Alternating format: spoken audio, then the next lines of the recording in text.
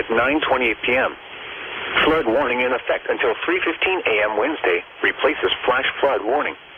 What flooding caused by excessive rainfall is expected? Where? A portion of northeast North Carolina, including the following county, Currituck. When? Until 3:15 a.m. Impacts. Expect many areas of slow-moving or standing water. Additional details. At 9:20 p.m., the public reported substantial standing water in the warned area, especially around Corolla. Flooding is ongoing. Between 6 and 10.5 inches of rain have fallen. Some locations that will experience flooding include Granby, Corolla, Point Harbor, Poplar Branch, Bertha, Aidlet, Jarvisburg, Coinjock, Waterlily, Powell's Point, Mamie, Barco, Spot, and Harbinger.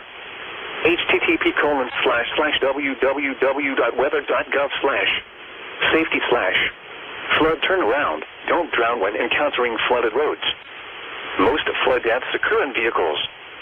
Be especially cautious at night when it is harder to recognize the dangers of flooding. Do not stay in areas subject to flooding when water begins rising. Repeating, an aerial flood warning has been issued until 3:15 a.m. Wednesday for the following county, Currituck, North Carolina.